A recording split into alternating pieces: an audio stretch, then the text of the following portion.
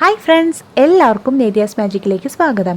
ഇന്ന് ഞാൻ വന്നിരിക്കുന്നത് ഒരു ഐസ്ക്രീം റെസിപ്പി ആയിട്ടാണ്. അപ്പോൾ ഞാനിട്ടിരുന്ന ചോക്ലേറ്റ് ഐസ്ക്രീമിൻ്റെ റെസിപ്പി എല്ലാവരും കണ്ട് ഇഷ്ടമായെന്ന് വിചാരിക്കുന്നു. കണ്ടിട്ടില്ലാത്തവർക്കായി ഡിസ്ക്രിപ്ഷൻ ബോക്സിൽ ഞാൻ അതിൻ്റെ ലിങ്ക് കൊടുക്കാം കേട്ടോ, ഒന്ന് കയറി കാണുക.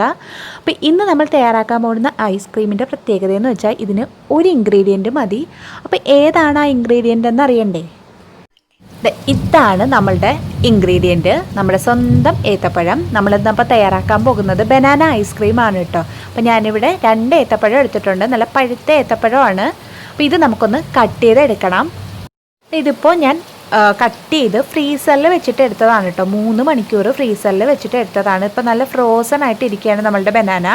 അപ്പോൾ ഇതിന് നമുക്കൊരു മിക്സിയിൽ ചാലിട്ട് നല്ല പേസ്റ്റായിട്ട് അരച്ചെടുക്കണം. അപ്പോൾ ഇതുപോലെ കട്ട് ചെയ്തതിന് ശേഷം വേണം കേട്ടോ ഫ്രീസറിൽ വെക്കാനായിട്ട്. അപ്പോൾ 3 മണിക്കൂറെങ്കിലും മിനിമം വെക്കുകയും വേണം. അപ്പോൾ ഇതിനി നമുക്കൊരു മിക്സിയുടെ ജാറിലേക്ക് മാറ്റാം. എന്നിട്ട് നല്ല പേസ്റ്റായിട്ടൊന്ന് അരച്ചെടുക്കാം. അപ്പോൾ പിന്നെ നമുക്കിത് മിക്സിയുടെ ജാറിലിട്ട് അടിച്ചെടുക്കുമ്പോൾ നമ്മുടെ ഐസ്ക്രീം റെഡിയാവും. അപ്പോൾ വേറെ ഇൻഗ്രീഡിയൻ്റ് ഒന്നും നമ്മൾ ചേർക്കേണ്ട ആവശ്യമില്ല, നല്ല ക്രീമി ആയിട്ട് നമുക്ക് കിട്ടും. ഇൻ കേസ് നിങ്ങൾക്ക് കുറച്ചുകൂടി മധുരം വേണം, അങ്ങനെ എന്തെങ്കിലും ഉണ്ടെങ്കിൽ കുറച്ച് പഞ്ചസാരയോ അല്ലെങ്കിൽ തേനോ എന്തെങ്കിലും ഉണ്ടെങ്കിൽ ചേർത്ത് കൊടുക്കാവുന്നതാണ് കേട്ടോ. അപ്പോൾ ഞാനിവിടെ ഒന്നും ചേർത്ത് കൊടുക്കുന്നില്ല. ഇതുപോലെ നന്നായി അരച്ചെടുക്കാൻ പോവുകയാണ്. അപ്പോൾ ഇതൊന്ന് അടിച്ചെടുത്തിട്ടുണ്ട്. അപ്പോൾ നമ്മൾ ഇടയ്ക്ക് ഇതേപോലെ ഒന്ന് സ്പൂൺ കൊണ്ടൊന്ന് ചെയ്ത് കൊടുക്കേണ്ടി വരും. കാരണം ഇത് ഫ്രോസൺ ആയിരിക്കുന്നതുകൊണ്ട് നമ്മൾ ആദ്യം അടിക്കുമ്പോഴേ നല്ല ക്രീമി ആയിട്ട് നമുക്ക് കിട്ടില്ല. അപ്പോൾ ഇടയ്ക്ക് ഇതേപോലെ 1-2 തവണ സ്പൂൺ കൊണ്ട് ഇതുപോലെ ഒന്ന് ചെയ്ത് കൊടുക്കുക.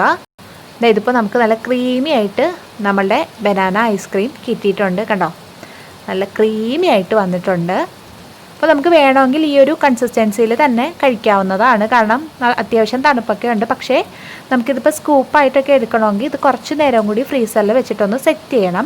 അപ്പോൾ സാധാരണ നമ്മൾ ഐസ്ക്രീം ചെയ്യുന്ന പോലെ 8 മണിക്കൂറൊന്നും വേണ്ട, ഒരു 3 മണിക്കൂർ തന്നെ ധാരാളമാണ്. അപ്പോൾ ഞാനിത് ഒന്നുകൂടി ഫ്രീസറിലേക്ക് മാറ്റുകയാണ്. അപ്പോൾ ഞാനിത് വേറൊരു പാത്രത്തിലേക്കൊന്നും മാറ്റുന്നില്ല കേട്ടോ, മിക്സിയുടെ ജാറിൽ തന്നെ വെക്കാമെന്ന് വിചാരിക്കുന്നു. അപ്പോൾ നിങ്ങൾക്ക് വേണമെങ്കിൽ നല്ലൊരു എയർ ടൈറ്റായ കണ്ടെയ്നറിലേക്ക് മാറ്റിയിട്ട് ഫ്രീസറിൽ വെച്ച് സൂക്ഷിക്കാം. അപ്പോൾ ഞാനിതൊരു 3 മണിക്കൂർ സെറ്റ് ചെയ്യാനായിട്ട് ഫ്രീസറിലേക്ക് മാറ്റുകയാണ്. നമ്മുടെ ഐസ്ക്രീം ഇപ്പോൾ നല്ല സെറ്റായിട്ട് വന്നിട്ടുണ്ട്. ഞാൻ എന്താ കണ്ടോ, മിക്സിയുടെ ജാറിലായതുകൊണ്ട് എനിക്ക് നല്ലപോലെ സ്കൂപ്പായിട്ട് എടുക്കാൻ പറ്റിയില്ല കേട്ടോ. കാരണം അതിൻ്റെ ബ്ലേഡ് കാരണം സ്കൂപ്പായിട്ട് എടുക്കാൻ നോക്കിയതാണ്, പക്ഷേ അത് പറ്റിയില്ല. അപ്പോൾ നമ്മുടെ ഐസ്ക്രീം എന്തായാലും അടിപൊളിയായിട്ടുണ്ട്. നമ്മൾ ബനാന ഇഷ്ടപ്പെടുന്ന, പഴം ഇഷ്ടപ്പെടുന്ന എല്ലാവർക്കും വളരെ ഇഷ്ടപ്പെടും. അപ്പോൾ ഞാൻ അതിൻ്റെ മുകളിൽ കുറച്ച് നട്ട്സും കൂടി ബദാം ഒന്ന് ക്രഷ് ചെയ്തിട്ട് ഇട്ട് കൊടുക്കുകയാണ്. നമ്മൾ ഐസ്ക്രീം കഴിക്കുമ്പോൾ ഒരു ടേസ്റ്റ്. അപ്പം പഴം ഇഷ്ടപ്പെടുന്നവർക്ക് എന്തായാലും ഈ ഐസ്ക്രീം ഇഷ്ടമാവും. പിന്നെ ആ പഴത്തിൻ്റെ ആ ഒരു ഫ്ലേവർ അത്രയ്ക്ക് അങ്ങോട്ട് വേണ്ടാന്നുണ്ടെങ്കിൽ നിങ്ങൾക്കിതിൽ ഞാൻ നേരത്തെ പറഞ്ഞ പോലെ പഞ്ചസാരയോ പാലോ എന്തെങ്കിലുമൊക്കെ ചേർത്തിട്ട് ചെയ്യാവുന്നതാണ് കേട്ടോ. പിന്നെ കുറച്ച് ഒരു സ്പൂൺ ഹണിയും കൂടി ഞാൻ അതിൻ്റെ മുകളിലേക്ക് ഒന്ന് ഒഴിച്ചു കൊടുക്കുകയാണ്. അപ്പോൾ അതിൻ്റെ ഒരു ടേസ്റ്റിങ് കിട്ടും നമ്മളിത് കഴിക്കുമ്പോൾ. അപ്പോൾ ഇതൊക്കെ ഓപ്ഷണലാണ് കേട്ടോ. പിന്നെ നിങ്ങൾക്ക് എന്ത് വേണമെങ്കിലും ഇതിൽ കൂടുതലായിട്ട് ആഡ് ചെയ്യുകയും ചെയ്യാം. അപ്പോൾ വളരെ പെട്ടെന്ന് നമുക്ക് തയ്യാറാക്കാൻ പറ്റിയൊരു ഹെൽത്തി ആയിട്ടുള്ള ഐസ്ക്രീമാണ്. കാരണം നമ്മൾ ക്രീമോ പഞ്ചസാരയോ അങ്ങനെ ഒന്നും ചേർക്കാതെ പെട്ടെന്ന് തയ്യാറാക്കാൻ പറ്റിയൊരു ഐസ്ക്രീമാണ്.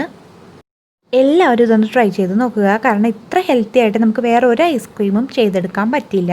അപ്പോൾ വീഡിയോ എല്ലാവർക്കും ഇഷ്ടമായെന്ന് വിചാരിക്കുന്നു. ഇഷ്ടമായെങ്കിൽ ലൈക്ക് ചെയ്യാനും ഷെയർ ചെയ്യാനും മറക്കരുത്. ഒപ്പം ചാനൽ ഇതുവരെയും സബ്സ്ക്രൈബ് ചെയ്തിട്ടില്ലാത്തവരുണ്ടെങ്കിൽ സബ്സ്ക്രൈബ് കൂടി ചെയ്യണം കേട്ടോ. എന്നിട്ട് തൊട്ടടുത്തുള്ള ബെല്ലൈക്കൺ കൂടി ക്ലിക്ക് ചെയ്ത് ഓൾ എന്ന ഓപ്ഷനും സെലക്ട് ചെയ്യാൻ മറക്കരുത്. അപ്പോൾ ഇതുപോലുള്ള നല്ല നല്ല ഹെൽത്തിയും സിമ്പിളും ആയിട്ടുള്ള റെസിപ്പീസുമായി നമുക്ക് വീണ്ടും കാണാം. താങ്ക്